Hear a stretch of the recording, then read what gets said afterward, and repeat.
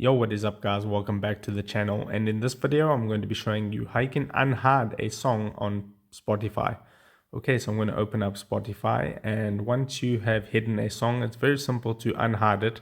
Let me go into a playlist right now, then I'll click on more to see the list of all the songs.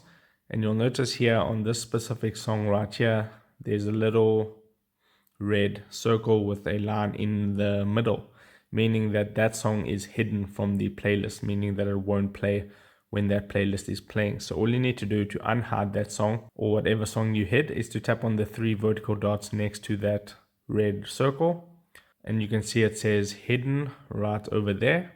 Simply just tap on hidden and then it will become unhidden, and then you'll be able to see that song or listen to that song in that specific playlist.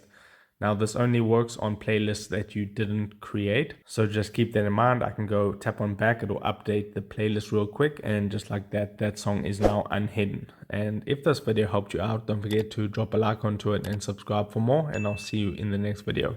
Take care.